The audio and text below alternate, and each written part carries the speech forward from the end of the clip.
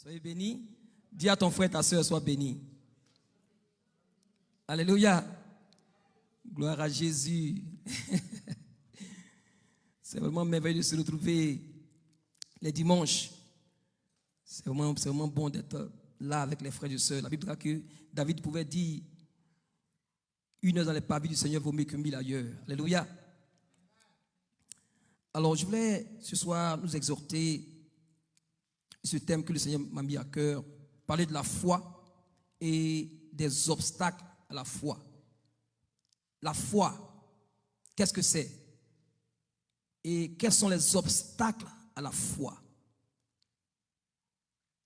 Dieu nous appelle à vivre par la foi. La vie par la foi, c'est la vie du chrétien.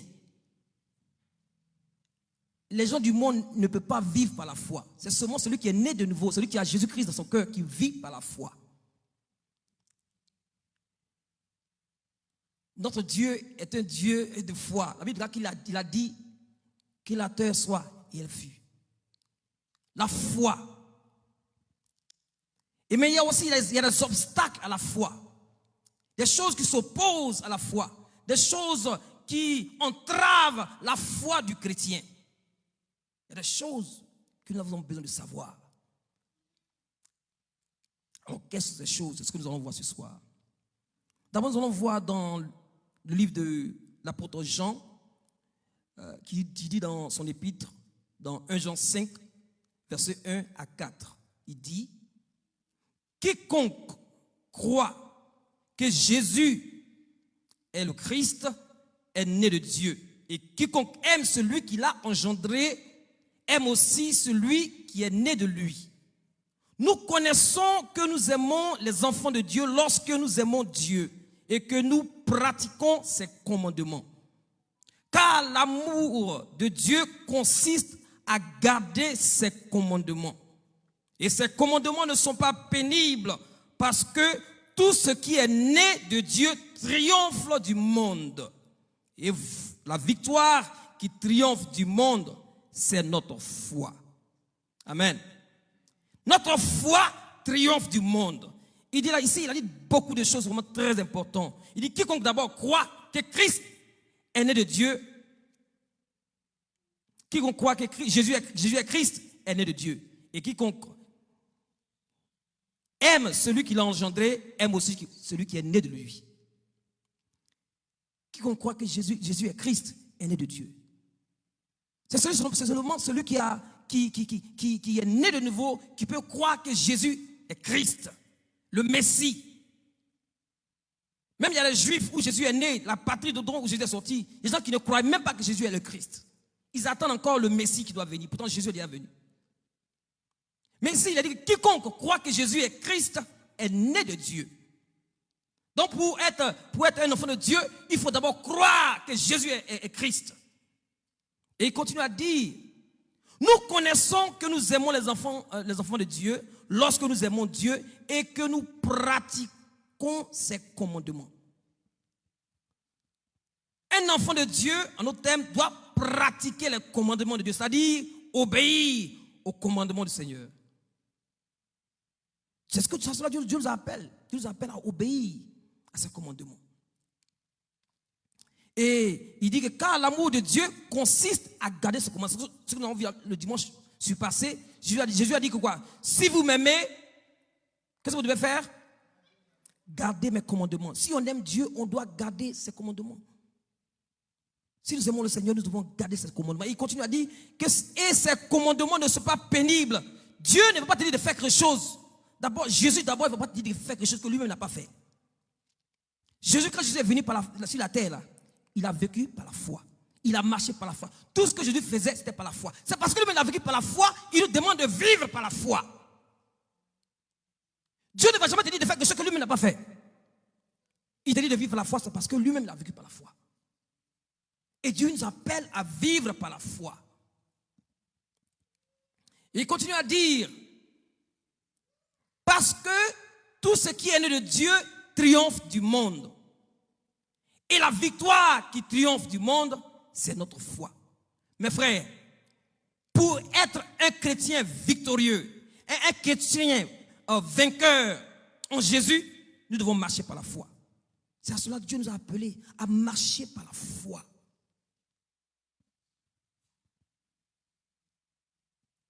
Un vainqueur, c'est quelqu'un qui ne relâche pas.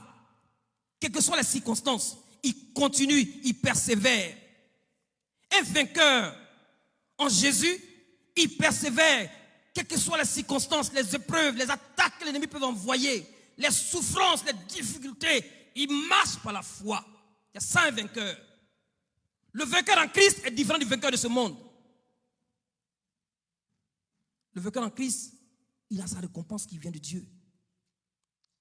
Celui qui est dans le monde, il a sa récompense qui vient des hommes. Donc ce n'est pas la même chose. Dieu nous appelle à vivre par la foi. Dieu veut que nous soyons des vainqueurs en lui. Le Seigneur lui-même nous encourage et nous avertit en même temps. Il dit que dans Hébreux 10, verset 38, « Et mon juste vivra par la foi. Mais s'il se retire, mon âme ne prend pas plaisir en lui. » Il dit son juste, celui qui est né de nouveau, celui qui l'a justifié, celui qui, pour qui il est allé à la croix de Golgotha. Celui-là, ou bien celle-là, doit vivre par la foi. Mais si elle se retire, lui, son âme ne prend pas plaisir dans cette personne. Donc, en d'autres termes, pour que l'âme de Dieu prenne plaisir en nous, qu'est-ce que nous devons faire?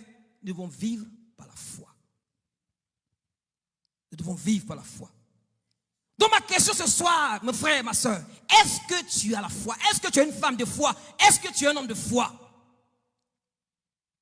Est-ce que nous sommes une église de foi?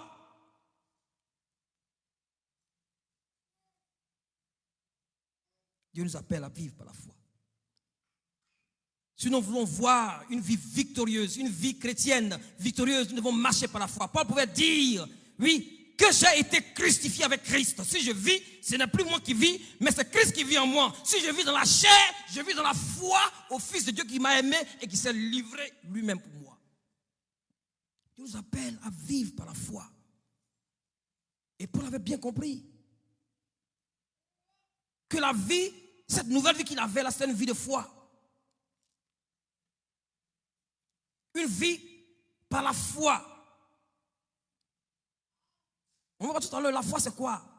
Ah, il parle de foi. Mais c'est foi qui est dans le ventre là, ou bien c'est quoi? C'est quelle foi? Dieu nous appelle à vivre par la foi.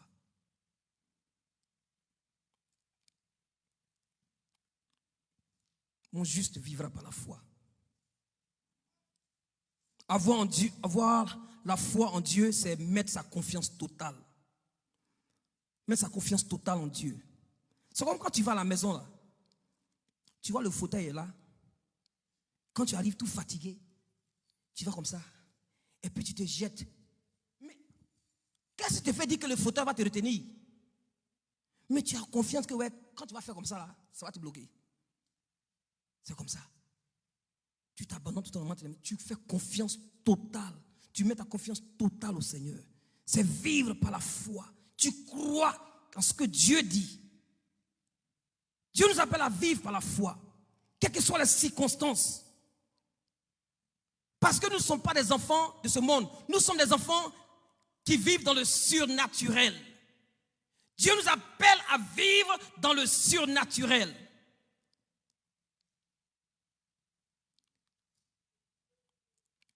Nous sommes sauvés par la foi. Nous sommes justifiés par la foi. Nous prions par la foi. Nous faisons tout par la foi. L'enfant de Dieu fait tout par la foi. La foi, c'est une certitude du cœur au sujet de la parole de Dieu, au sujet de Dieu d'abord et de sa parole.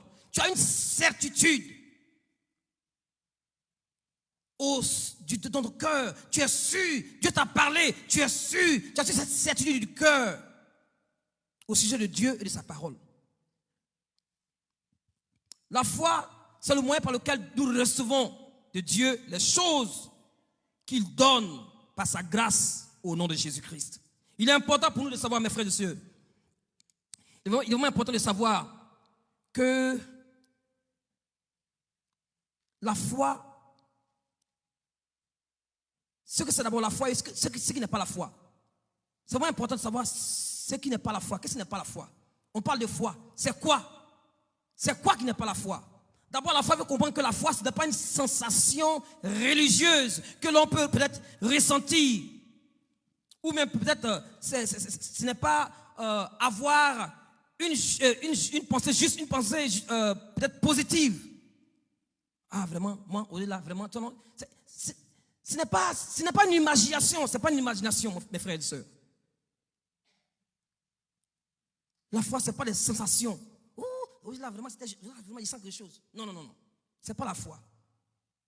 On va voir ce soir, c'est quoi la foi? Tout ce qui est séparé de Dieu et de la vérité, de la part de Dieu, n'est pas la foi. Tout ce qui est séparé de Dieu et de la vérité de Dieu n'est pas la foi. Ce n'est pas des sensations. Ce n'est pas penser positivement. La foi a une substance. La foi biblique, il est dit, elle est une ferme assurance des choses qu'on espère. Quand on parle d'assurance, tu as cette certitude parce que tu as entendu quelque chose par rapport à quelque chose. Elle est une ferme assurance des choses qu'on espère, la démonstration de celles qu'on ne voit pas. Elle est basée sur la parole de Dieu. Et cela se développe dans une intimité avec le Seigneur. Une vie d'intimité. Tu vis une vie d'intimité, vraiment une vie vraiment sérieuse, une vie chrétienne sérieuse dans l'intimité avec le Seigneur et sa parole. Tu peux développer la foi. Et c'est pourquoi, quand tu développes cette foi, quand les situations arrivent, tu ne te bouges point parce que tu marches par la foi. Tu as cette confiance, cette certitude que Dieu est avec toi. Tu n'as pas à t'inquiéter de quoi que ce soit. Parce que Dieu va agir en ta faveur, parce que tu démontres ta foi. La foi, c'est quoi? La foi, c'est l'obéissance à Dieu. On ne peut pas dire qu'on a la foi et n'obéit pas à Dieu. La foi, c'est l'obéissance. L'obéissance à la parole de Dieu. Regardons ensemble dans Hébreux. Hébreux 11, chapitre 11, verset 3, c'est un peu long. Mais il faut qu'on comprenne. C'est quoi la foi? Quels sont ces hommes qui ont marché par la foi? Qu'est-ce qu'ils ont fait? Qu'est-ce qui s'est passé? Est-ce qu'ils étaient conduits par des sensations? Ou bien c'était parce qu'ils avaient des pensées positives? Regardons ensemble, Hébreux 11, à partir du verset 3, il est dit, c'est par la foi que nous reconnaissons que le monde a été formé par la parole de Dieu, en sorte que ce qu'on voit n'a pas été fait des choses visibles. C'est par la foi qu'Abel offrit à Dieu un sacrifice plus excellent que celui de Caïn, et c'est par elle qu'il fut déclaré juste, Dieu approuvant ses offrandes. C'est par la foi, c'est par elle qu'il parle encore, quoique mort. C'est par la foi qu'Enoch fut élevé pour qu'il ne vit point la mort et qu'il ne parut plus parce que Dieu l'avait enlevé. Car avant son enlèvement, il avait reçu un témoignage qu'il était agréable à Dieu. Or, sans la foi, il est impossible de lui être agréable, car il faut que celui qui s'approche de Dieu croit qu'il existe et qu'il est le rémunérateur de ceux qui le cherchent. C'est par la foi que Noé, divinement averti des choses qu'on ne voyait pas encore et saisi d'une crainte respectueuse, construisit une arche pour sauver sa famille. C'est par elle qu'il condamna le monde et devint héritier de la justice qui s'obtient par la foi. C'est par la foi qu'Abraham, lors de sa vocation, obéit et partit pour un lieu qu'il devait recevoir en héritage. Et il partit sans savoir où il allait.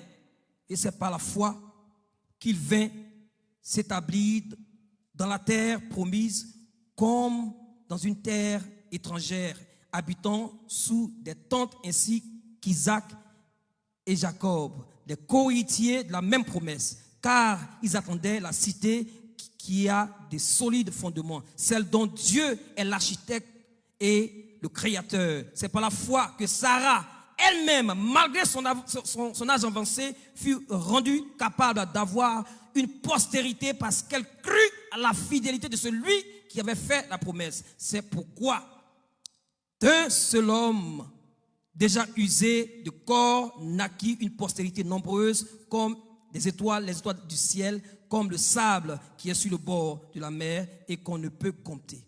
C'est dans la foi qu'ils sont tous morts sans avoir obtenu les choses promises, mais ils les ont vus et salués de loin, reconnaissant qu'ils étaient étrangers et voyageurs sur la terre. Amen. Donc on voit ici, mes frères, clairement, que ces gens qui étaient des hommes de Dieu, que Dieu avait choisis, des femmes qui avaient choisi, elles ont marché par la foi. Elles ont obéi à ce que Dieu a dit. Dieu a dit à Abraham, lève-toi et va où je vais t'indiquer.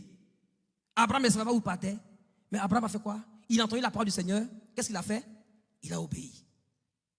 La foi, c'est l'obéissance. Tu dis que tu es chrétien, mais que tu es chrétien, tu marches par la foi. C'est faut obéir. Qu'est-ce que Dieu dit? C'est ce que tu fais. C'est là que tu demandes ta foi. Si tu ne fais pas ce que Dieu dit de faire, tu n'es pas en train de marcher dans la foi. Désolé, mes frères. Une église qui ne marche pas selon ce que Dieu a en train de dire, ne marche pas dans la foi.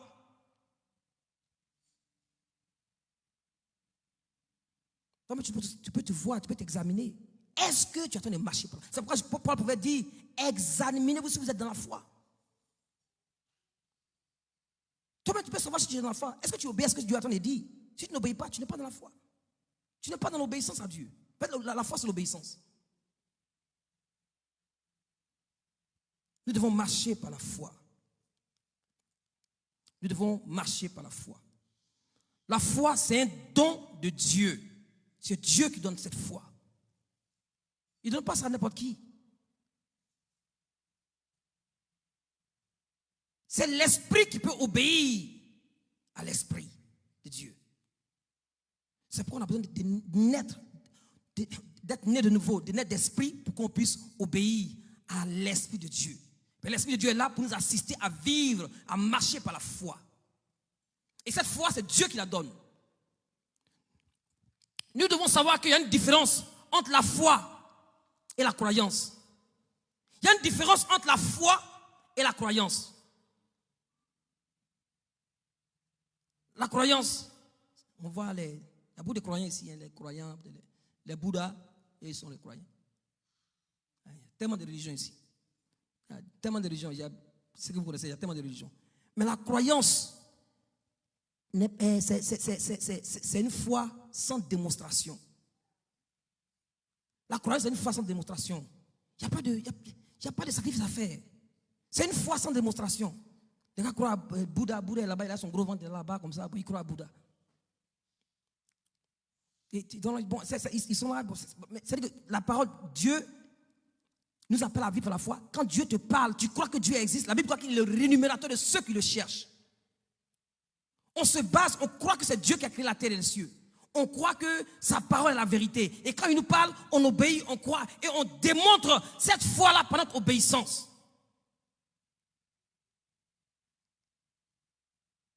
La croyance, la Bible dit que ouais, les démons croient, mais ils tremblent. Pourquoi? Parce qu'ils ne veulent pas démontrer leur foi par leur obéissance.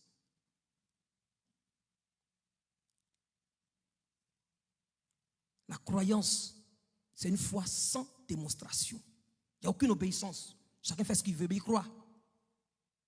Il croit en son Bouddha. Il croit en son fétiche, mais il fait ce qu'il veut.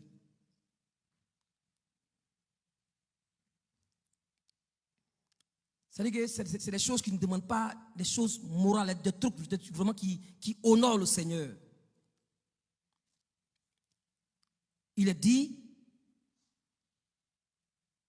dans Hébreux 11, Hébreux chapitre 11, premier verset, il a dit quoi? Or, sans la foi est une ferme assurance des choses qu'on espère et la démonstration des choses de celles qu'on ne voit pas. La foi se démontre. La foi se démontre. Elle est une démonstration. La croyance n'a pas de démonstration. La foi en Dieu se démontre par notre obéissance. Et nous voyons aussi que la foi, c'est la réponse à notre esprit, à la parole de Dieu. La foi est le sens de notre esprit régénéré. C'est celui qui a son esprit régénéré qui peut vivre par la foi. Un esprit régénéré. Si tu as un esprit régénéré, tu peux vivre par la foi. L'homme, lui seul, ne peut pas régénérer son esprit. C'est seulement Dieu. Si Dieu ne régénère pas son esprit, il ne peut pas vivre par la foi. Un esprit régénéré peut vivre par la foi. La foi ne marche pas seule. Dieu nous appelle à vivre par la foi. La foi ne marche pas seule. La foi, elle marche aussi avec l'amour, l'action de pardonner, la joie, la persévérance. C'est pourquoi il est dans 2 Pierre 1, 5 à 7, il est dit, à cause de cela même, faites tous vos efforts pour joindre à votre foi la vertu. À la vertu, la science. À la science, la tempérance. À la tempérance, la patience. À la patience, la piété, c'est-à-dire l'attachement à Dieu. À la piété, l'amour fraternel. On ajoute à nos foi des vertus vraiment très importantes. Pour le chrétien qui vit par la foi, doit avoir ces vertus. Elle se démontre. Elle affirmation des choses qu'on appelle la démonstration. Elle est différente de la croyance. Dieu nous appelle à vivre par la foi. Amen. Romains 10, verset 17, il est dit, ainsi, la foi vient de ce qu'on entend. Et ce qu'on entend vient de la parole de Dieu. Amen. La foi, là, dont on s'entend parler là, ce soir, elle vient de ce qu'on entend. Et ce qu'on entend vient de la parole de Dieu. Donc ta foi doit être basée sur la parole de Dieu.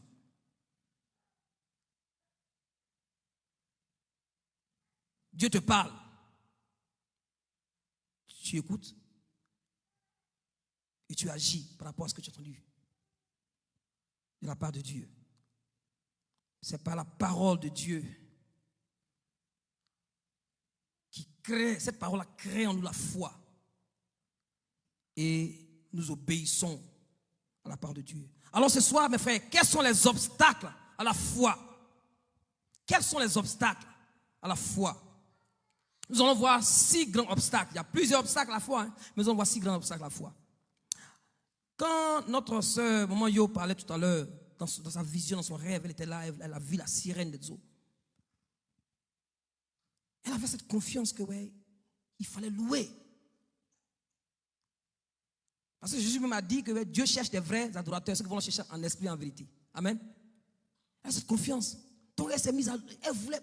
Elle n'a pas relâché. Bien qu'elle faisait tout, c'était un peu bloqué, mais elle n'a pas relâché. Elle a persévéré jusqu'à ce que des frères sont sortis pour l'entourer. Et ils ont commencé ensemble à commencer à chanter. C'est la foi. La foi se démontre. Amen. Alors, quels sont les obstacles à la foi? 6 points, 6 grands points, 6 grands obstacles à la foi que nous allons voir ce soir. Le premier obstacle à la foi, c'est la désobéissance. Il faut qu'on soit bien clair. Le premier obstacle, ce qui peut entraver la foi dans la vie d'un enfant de Dieu, c'est la désobéissance. Nous devons comprendre que l'obéissance naît de la foi.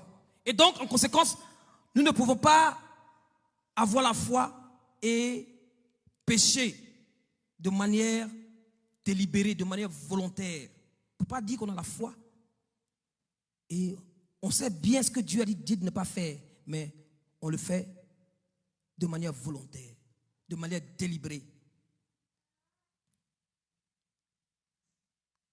Quand Dieu dit aimez-vous les uns les autres et on refuse d'aimer son frère, sa soeur, il y a un problème. Il y a un problème. De manière volontaire, on refuse. Dieu dit de ne pas faire cela. Mais Dieu dit de ne pas faire, il faut obéir. Et si on refuse de faire, on ne peut pas dire qu'on marche par la foi comme ça. Dieu dit pardonnez-vous les uns les autres. Et si on refuse de pardonner à son frère et sa soeur, nous ne sommes pas en train de vivre par la foi. La désobéissance est un obstacle à la foi.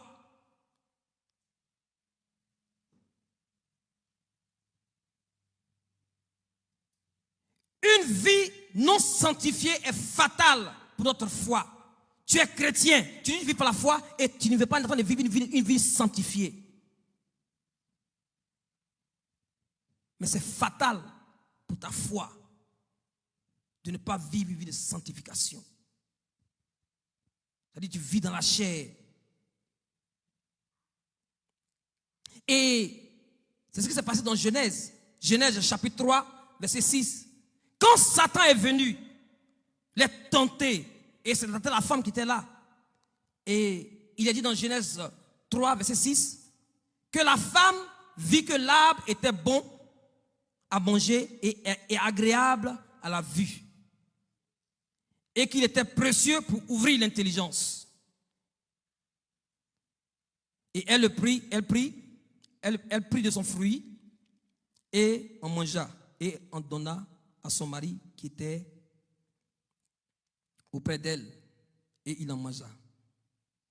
Le cœur charnel n'est pas le terrain dans lequel notre foi peut croître. Et celui qui vit par la foi ne doit pas se laisser distraire par les choses qu'il voit. Parce qu'elle a vu, elle a convoité, elle a vu, elle a convoité. C'est comme le pêcheur qui va à la pêche, il met son hameçon. Et le poisson qui est en bas, lui, il voit quelque chose bouger comme ça, il dit, ah, vraiment, c'est vraiment bon. Vraiment, il est attiré par ce qu'il voit. Sans oublier qu'il ne sait pas qu'il y a un hameçon sur le verre de terre qui est en train de bouger comme ça. On doit faire attention. Et Ève a pris du fruit que Dieu avait défendu de manger, le fruit de l'arbre de la connaissance du bien et du mal. Et elle a mangé. Nous devons faire attention aux mauvais désirs, les mauvaises passions qui nous amènent à la désobéissance. Tout ce qui va chercher, mes frères et sœurs, à nous faire sortir de la marche de la foi, nous devons faire attention. Le diable va chercher à nous séduire pour nous amener de la désobéissance. Et maintenant, nous sommes à l'été, non? Ah là, c'est notre état. Tout le monde veut être, chacun même, les gars même portent ce qu'il veut, même les caleçons. Tu vois les gens porter les choses, je dis, mais qu'est-ce qui se passe? Les yeux, là, on ne peut pas contrôler les yeux. Souvent, là où je parle, là-bas, tes yeux veulent aller. Oui. Mais il faut dire non. Et marche par la foi. Parce qu'on arrive dans un temps où la tentation est élevée. En summer, là, c'est pourquoi je préfère l'hiver. Quand summer arrive comme ça, là, c'est grave. Tout le monde veut montrer qu'il est joli. Il a un joli corps. Les bébés hauts, grands hauts, tout le monde. Même les vieilles dames, chacun veut montrer pour lui aussi. C'est compétition. Qui veut se laisser faire? C'est chaud, hein?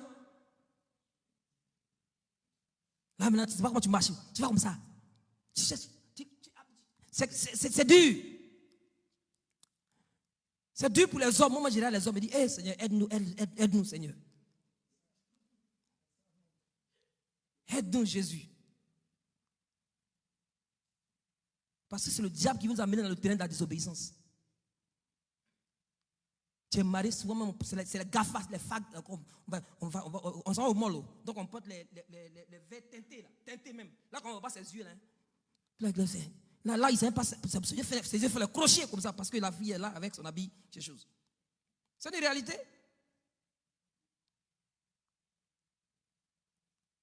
Le diable nous a amenés sur le terrain de la désobéissance. Mais on doit vivre par la foi. Alléluia. Est-ce que vous êtes avec moi? Ou bien, je suis en train de mentir ou bien? C'est la vérité? Mais il y a des filles aussi, c'est pas seulement les hommes aussi, il y a des femmes aussi. Hein? Maintenant, là, tout est versé maintenant. Les femmes voient les femmes, homme, tout le monde veut dominer. Donc, la tentation, ce n'est pas seulement les hommes, mais les femmes aussi sont tirées aussi par la tentation.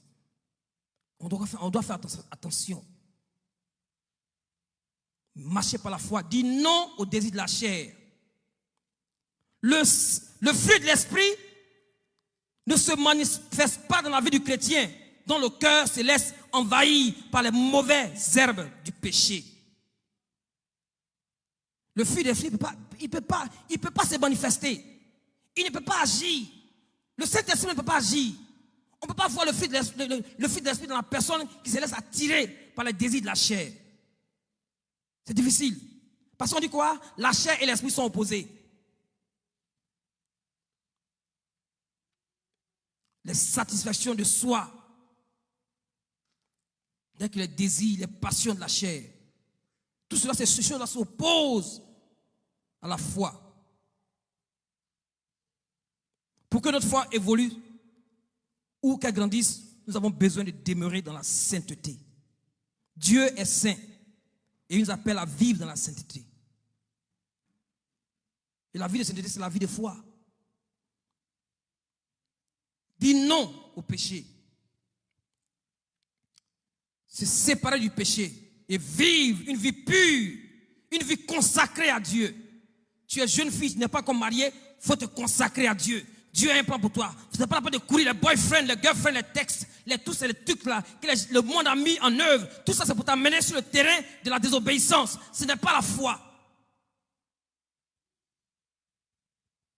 Dieu t'appelle à vivre dans la sainteté. Nous avons veut qu'on fasse tout. Il veut que, oh, daddy, you gotta make me happy. Une famille chrétienne n'est pas appelée à ce que ses enfants soient des enfants happy. Dieu veut que ses enfants soient des enfants sanctifiés. Ils commencent d'abord à bas âge et ils grandissent avec. C'est pas quand ils vont grandir qu'ils vont chercher à devenir saints. Une famille chrétienne, je dis à mes enfants à la maison, Dieu, no, Daddy, I'm not happy. You dit, okay, I understand you're not happy. But God called me for you to be holy. Être sanctifié, être mis à part. Tu n'es pas comme n'importe qui. C'est pas parce que ta camarade là, elle fait ça que tu vas faire la même chose. Non. C'est vrai, on monte dans le même Uber, c'est vrai, on monte dans les mêmes bus, mais on est différents. On doit vivre dans la sainteté. Que tu le veuilles ou pas, c'est ce que Dieu recherche. Et c'est la vie de foi. On n'est pas ici pour faire plaisir à un homme.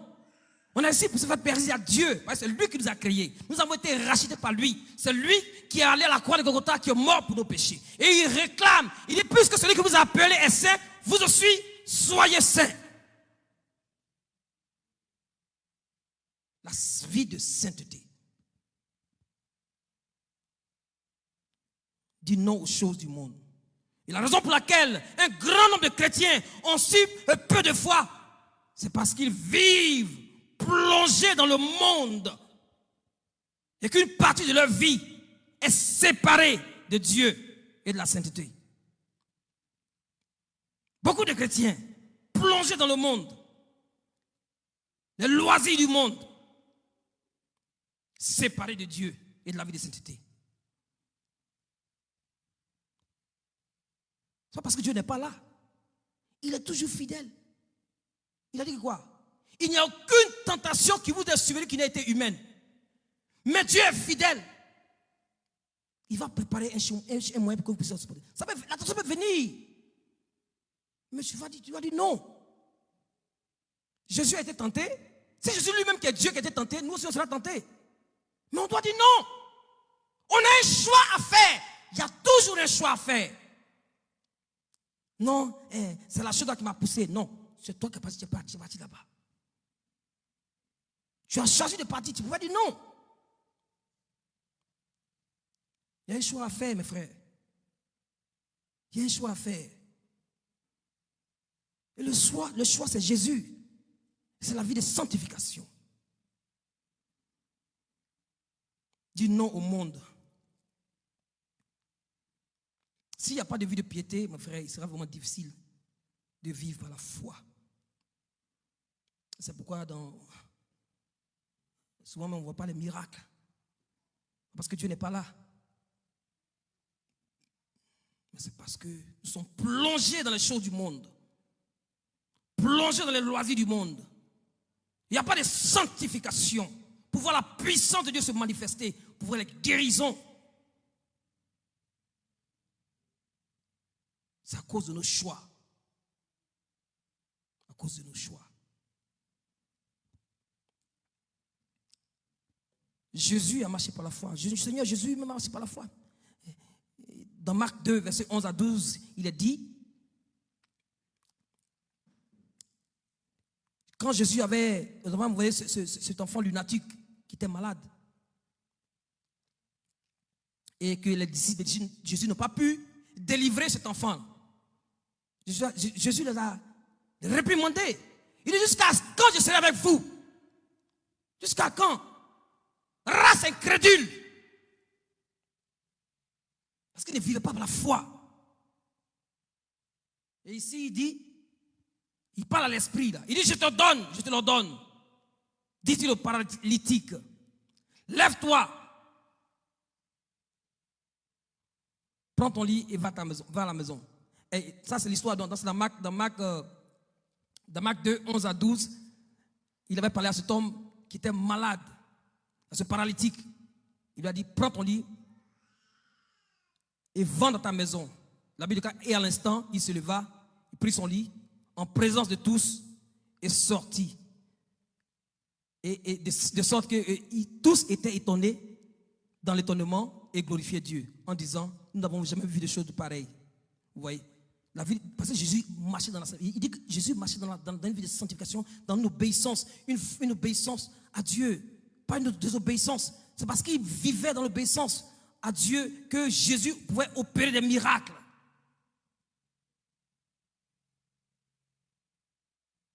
La désobéissance est un obstacle, est un grand obstacle à notre foi. Jésus, parce qu'il marchait dans la sanctification, il pouvait commander, il pouvait déclarer, et les choses se passaient. Et c'est son esprit qui est en nous. Si nous ne voyons pas les choses, c'est parce que, mes frères, nous laissons les choses du monde vraiment nous envahir, entraver notre foi, pour ne pas voir les miracles, les produits se manifester au milieu de nous. Alors le deuxième grand obstacle à la foi, c'est le doute. Le doute. Hébreux 3, verset 12, il est dit, prenez garde, frères, que quelqu'un de vous n'ait un cœur mauvais et incrédule, au point de se détourner du Dieu vivant. Souvent quand on lit ça comme ça, on dit, comment ça peut arriver? Dieu nous avertit ici. Il dit, prenez garde. Ça, ce n'est pas un roman que les gens ont écrit. Ça, c'est le Saint-Esprit qui a inspiré ça. Dieu connaît toutes choses. Il dit, prenez garde que quelqu'un de vous n'ait un cœur incrédule au point de se détourner du Dieu vivant. Quand quelqu'un est incrédule, il ne croit à rien. C'est-à-dire que tout ce qu'il même il avait cru la main, c'est zéro même. Quand ton cœur devient incrédule, il dit quoi? Un cœur mauvais.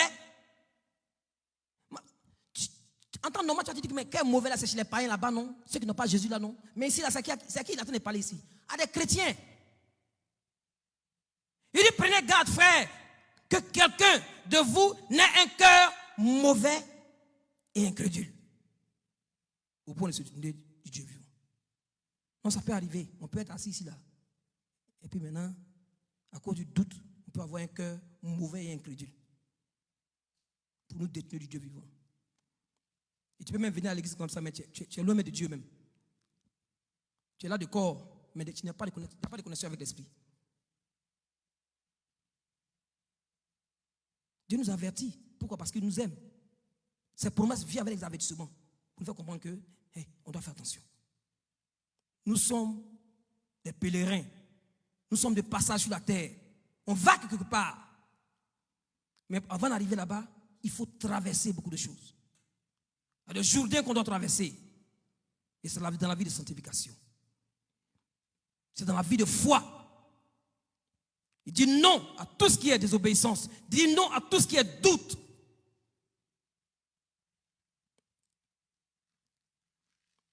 Beaucoup de chrétiens excusent leur incrédulité,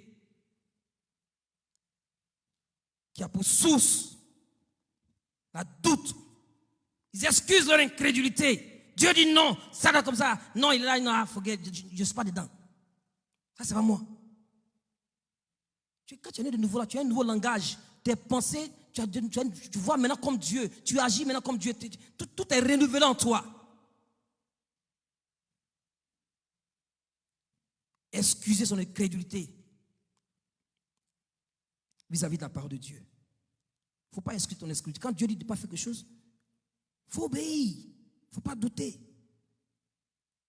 ne faut pas excuser ton incrédulité par le doute. Si nous voulons avoir un solide, ou bien une foi solide, nous devons considérer cet impératif vraiment de vivre par la foi.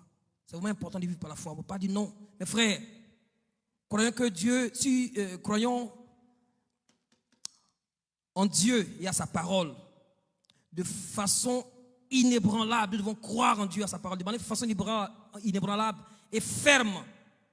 Et refusons tout ce qui est doute, tout ce que l'ennemi va envoyer comme doute dans nos cœurs, tout ce que l'ennemi va envoyer comme doute dans nos pensées. Disons non. Soyons fermes dans notre foi. Nous devons avoir une foi qui est inébranlable, une foi qui est ferme en Jésus-Christ. Ne pas douter de ce que Dieu dit. Nous devons obéir à la parole du Seigneur. Le Seigneur nous donne sa puissance de croire, et nous devons choisir de le faire. Il nous donne sa puissance afin que nous puissions croire en sa parole. C'est pourquoi il a dit, il est avantageux pour vous que je m'en aille, pour que le Saint-Esprit vienne. Et son esprit en toi, pour croire, pour que tu puisses choisir de croire en sa parole. Parce que la chair ne peut pas croire à ce que l'Esprit dit. C'est pourquoi le Saint-Esprit est là, pour nous amener à croire à ce que Dieu dit. Vous savez, le doute a des conséquences ou des incidents vraiment qui sont regrettables. Quand tu doutes, il y a des choses qui peuvent t'arriver. Bien que tu sois enfant de Dieu, mais tu doutes à la parole de Dieu. Et quand le doute est là, ça crée en toi cette vie. Tu n'as pas de vie de prière. Tu n'as pas le temps même de lire la parole de Dieu. Pas de communion fraternelle. Difficile même pour vraiment venir même à l'église. Et ta vie spirituelle est faible à cause du doute dans ton cœur. Il dit que le doute va créer quoi? Les cœurs mauvais et incrédules. De faire attention, prenez garde. Nous sommes dans les derniers jours et l'ennemi est à l'œuvre. Les enfants de Dieu doivent se réveiller. Ça me fait mal, mes frères. Quand nous sommes à l'église, ça me fait mal, mes frères. Quand nous sommes sur la ligne de prière, on dit prier. Il y a seulement 2 personnes. Mais si tu regardes combien de personnes sont connectées, on dit prier.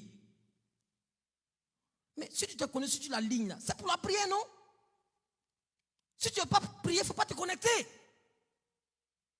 Tu te connectes, il faut prier. Ça fait mal à l'homme. J'imagine comment Dieu pense.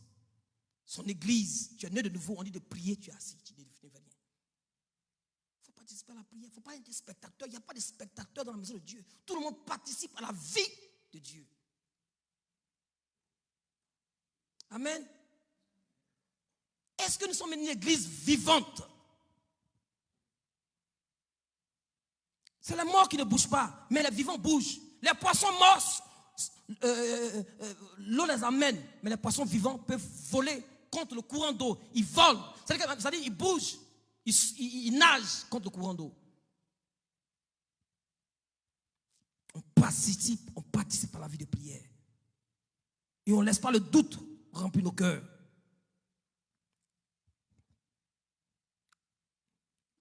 Je détruis tout esprit de doute dans chaque cœur ce soir au nom de Jésus-Christ. Troisième obstacle. Troisième grand obstacle à la foi, c'est notre sagesse humaine. La sagesse humaine. La sagesse humaine, elle est opposée à la sagesse. La sagesse humaine, c'est la sagesse qui est terrestre. C'est la sagesse qui est diabolique. Elle est opposée à la sagesse qui est en haut. La Bible parle de deux sagesses. Si vous regardez dans le livre de Jacques, la Bible parle de deux sagesses. La sagesse qui vient d'en haut et la sagesse de la terre. La sagesse de la terre est un obstacle à la vie de foi. La sagesse de la terre entrave notre vie de foi. On ne peut pas dire qu'on vit par la foi et on est animé par la sagesse humaine.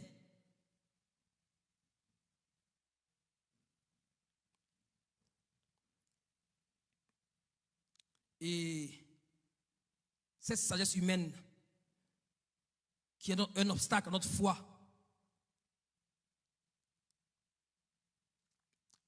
qui entrave par notre dépendance sur cette sagesse humaine, que ce soit peut-être si c'est pas nous, mais la sagesse humaine des autres. Seulement on se laisse conduire par la sagesse des humains, des autres personnes qui n'ont rien à voir avec ce que Dieu est en train de dire. La sagesse humaine n'a rien à voir avec ce que la parole de Dieu dit. Parce que la chair ne peut être... la chair ne peut se soumettre à Dieu. La sagesse humaine. Si on veut vraiment obéir au Seigneur, si nous voulons marcher par la foi, nous ne devons pas laisser la sagesse humaine vraiment prendre le contrôle de nos vies. La sagesse humaine, c'est notre propre raisonnement. Quand Dieu dit quelque chose, au lieu d'obéir à ce que Dieu est en train de dire, tu es en train de calculer dans ta tête là-bas. Tu calcules. Dieu dit non, il ne faut pas se marier avec une personne peut-être qui n'est pas née de nouveau, qui n'est pas chrétien. Tu dis non, toi tu connais plus que Dieu. Tu vas aller faire comme ça. La sagesse humaine te conduit. Et ça s'oppose, ça entrave la vie de foi à laquelle Dieu nous a appelés à vivre. Il y a plusieurs raisons, il y a plusieurs choses, exemples que je peux donner. La sagesse humaine. Vous savez que c'était le premier appât que Satan a tendu à Ève. Il a dit quoi à Ève? Mais Dieu sait, dans Genèse 3:5, mais Dieu sait que le jour où vous en mangerez, vos yeux s'ouvriront et vous serez comme des dieux, connaissant le bien et le mal. C'est la part du diable, la maison du diable, la sagesse humaine. D'où l'instant qu'elle a mangé, elle a commencé à savoir. Vous voyez, ses yeux étaient ouverts. Mais elle a oublié quand elle a fait ça, elle a cessé de vivre par la foi. Elle a cessé d'avoir confiance en Dieu. Quand tu marches par ta sagesse humaine, tu dis non à ce que Dieu est en train de dire. Tu dis non. Tu connais plus que Dieu. Parce que le diable l'a dit. Non, si vous mangez, vous avez une intelligence comme Dieu, vous allez connaître beaucoup de choses. Il ne faut pas qu'on se laisse conduire par la sagesse humaine. Jean 5, 44. Regardez ce qu'il a dit. Comment pouvez-vous croire, vous qui tirez votre gloire les uns des autres et qui ne cherchez point la gloire qui vient de Dieu seul? Et c'est Jésus qui parle à ces gens, ces pharisiens.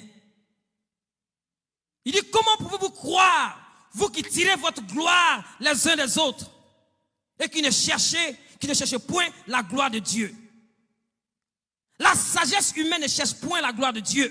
Il cherche sa propre gloire, pas la gloire de Dieu.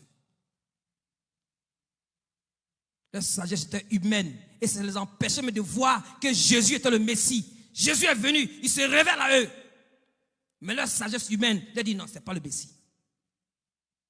Ils ne peuvent pas voir la gloire de Dieu qui est devant eux à cause de la sagesse humaine. La sagesse humaine nous limite à voir les choses de Dieu. Notre propre sagesse est aussi dangereuse si elle se substitue à la simple parole de Dieu. Souvent, on substitue la parole de Dieu à notre sagesse.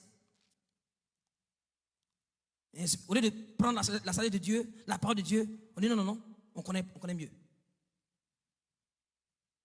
Nous, on va faire, on est intelligent. On est intelligent. C'est vrai, tu es intelligent. Mais Dieu veut que tu marches avec sagesse. La sagesse qui vient d'en haut. C'est pourquoi il est dit dans Proverbes, chapitre 3, versets 5 à 6. C'est un passage que vous connaissez tous. Il dit quoi?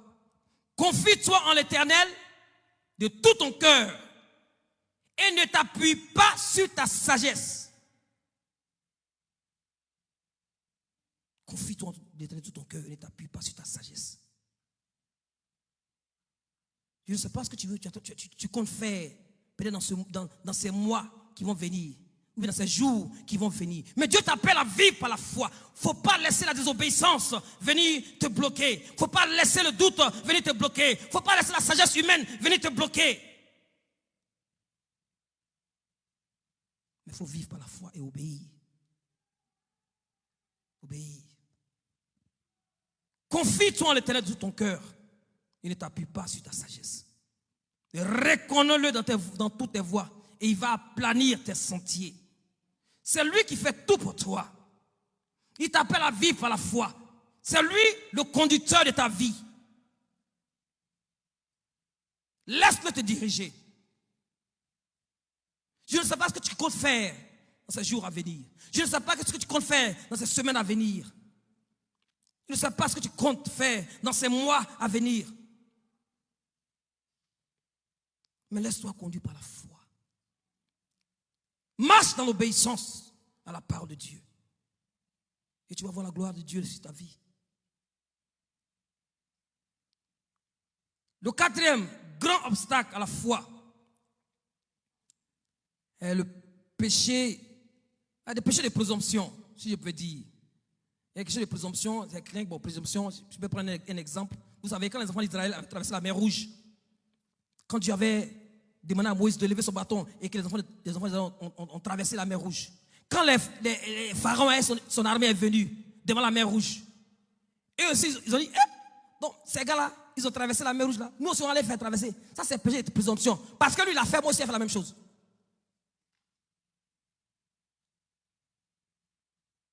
Péché de présomption.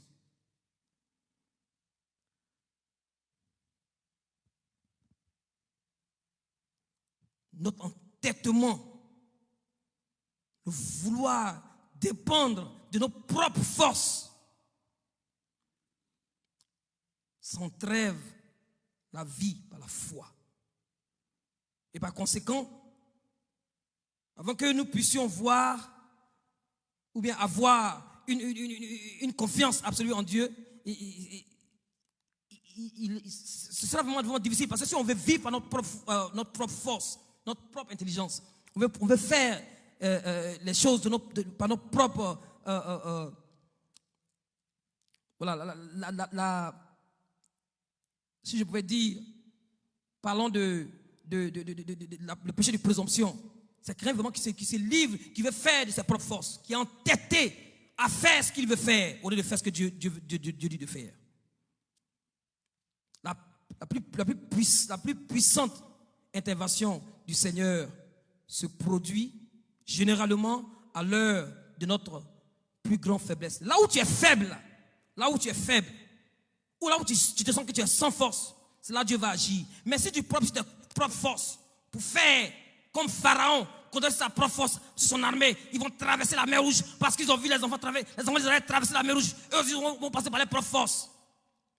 Mais qu'est-ce qui s'est passé? Ils ont été engloutis par la mer Rouge.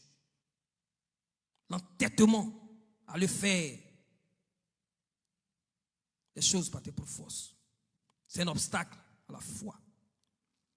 Dans 2 Chroniques, verset 14, 10, il est dit, 2 Chroniques 14, 10, Asa invoqua l'Éternel, son Dieu, et dit, Éternel, Dieu seul peut, toi seul peux venir en aide aux faibles comme aux forts. Viens à notre aide, Éternel, notre Dieu, car c'est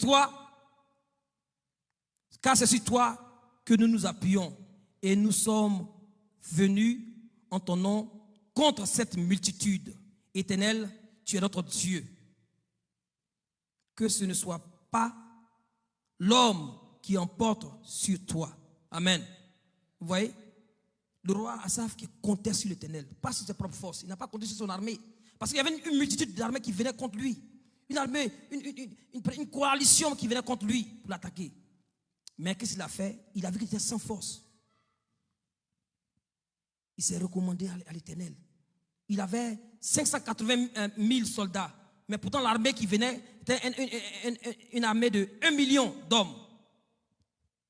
Il a compris que c'était seulement Dieu qui pouvait vraiment lui donner la victoire sur cette grande armée, cette multitude qui venait contre lui. Il a compté entièrement sur le Seigneur et Dieu a manifesté envers lui sa grâce. Et il a eu la victoire parce qu'il a agi par la foi. Il a mis sa foi en l'Éternel. 2 Corinthiens 12, verset 10, il est dit: c'est pourquoi je me plais dans mes faiblesses, dans les outrages, dans les calamités, dans les persécutions, dans les détresses pour Christ. Car quand je suis faible, c'est alors que je suis fort. Amen. Dieu veut qu'on puisse compter sur lui, pas sur nos propres forces. Ne pas laisser les péchés, les présomptions prendre le contrôle de nos vies. 5e obstacle, on va aller plus rapidement, comme il est déjà 16h moins. 5e obstacle, 5e grand obstacle qui entrave notre foi, c'est nos sens. Nos sens. Nos 5 sens. Dieu nous appelle à marcher non par la vue, mais nous devons marcher par la foi. La foi est entravée par la vue, par ce qui touche nos sens et notre dépendance stupide de tout ce qui est évidence, c'est-à-dire évidence extérieure. Parce qu'on aime toujours regarder la vue vraiment qui nous amène sur le terrain de la chair au lieu de la foi. C'est pourquoi toutes les choses visibles doivent disparaître sous nos yeux, afin que nous puissions vraiment vivre par la foi et croire en Dieu. Alléluia. 2 Corinthiens 5, versets 6 à 10, il est dit: Nous donc sommes toujours pleins de confiance et nous savons qu'en demeurant dans ce corps, nous demeurons loin du Seigneur, car nous marchons non par la vue, nous marchons par la foi et non par la vue. Nous sommes pleins de confiance et nous aimons mieux quitter ce corps et demeurer auprès du Seigneur. C'est pour cela aussi que nous nous efforcions de lui être agréable. Soit que nous demeurons dans ce corps, soit que nous le quittons, car il nous faut tous comparaître devant le tribunal de Christ, afin que chacun reçoive selon Dieu, selon le bien ou le mal qu'il aurait fait en étant dans ce corps. Voilà ici Paul aussi qui nous exhorte à marcher non par la vue mais par la foi. La marche par la foi. La marche par la foi. Et regardons aussi le dernier point, le dernier obstacle, c'est notre propre foi. Vous savez, chacun de nous a sa propre foi. Hein? La propre foi. D'autres mettent leur foi. J'ai foi à ma maman, j'ai foi à mon papa. La foi que l'homme même peut produire. La foi de l'homme, notre propre foi. Ça peut être aussi un obstacle à notre vie, notre marche. Cette foi-là entrave notre foi en Dieu. C'est-à-dire que nos propres efforts stériles, nos propres efforts, au lieu d'obéir au Seigneur, nous devons marcher par la foi. Dieu nous appelle à marcher par la foi. Et à dépendre de lui. Vous savez, quand ce monsieur qui avait son fils qui était attaqué par cet esprit lunatique. Et je vous disais tantôt, parlant de lui, et Jésus est arrivé, Jésus a chassé cet esprit. Mais avant ça, cet homme, il a demandé à Jésus, il dit, mais si tu peux faire quelque chose, viens à mon secours, aie compassion de nous. Et Jésus a dit, si tu peux. Il dit, tout est possible à celui qui croit. David dit qu'aussitôt, le père de l'enfant s'écria, je crois, viens au secours de mon incrédulité. Nous avons besoin, mes frères et sœurs, de nous laisser conduire par l'Esprit de Dieu, de marcher par la foi, de vivre par la foi. Donc en conclusion, mes frères et sœurs, nous devons comprendre qu'il est vraiment important que nous puissions marcher par la foi. Il est vraiment important de ne pas que nous ayons une foi qui vacille, quelles que soient les circonstances, dans les épreuves. Nous devons demeurer fermes dans notre foi. Nous devons demeurer fermes dans notre foi. Que le Seigneur vienne au secours de notre incrédulité, comme cet homme qui a dit à Jésus. Nous allons nous lever ce soir pour prier. Mais avant de prier, il y a un dernier passage que je voulais lire. Le Seigneur a dit, dans le livre de Luc, il dit, mais quand le Fils de l'homme viendra, trouvera-t-il la foi sur la terre? Quand le Fils de l'homme viendra, trouvera-t-il la foi sur la terre? Et cette expression, je pense que ça faisait référence à ce que quand Noé, au temps de Noé, quand Noé allait prêcher pendant 120 ans pour que les gens puissent vraiment se convertir, pour qu'ils soient sauvés. La Bible dit que ce sont seulement 8 personnes, Noé et sa famille, qui ont cru en ce que Dieu a dit, qui avaient foi en la parole de Dieu. Et tout le reste ont péri, sauf Noé et sa famille. Seulement 8 personnes. On va se lever pour prier, mes frères et sœurs. Tu sais vraiment quelle est ta marche avec le Seigneur ce soir? Tu connais, Dieu t'a parlé des choses qui font obstacle à la foi, à ta foi. Dieu t'appelle à vivre par la foi. Est-ce que c'est la désobéissance? Est-ce que c'est le doute? Est-ce que c'est la sagesse humaine? Est-ce que c'est le péché de présomption?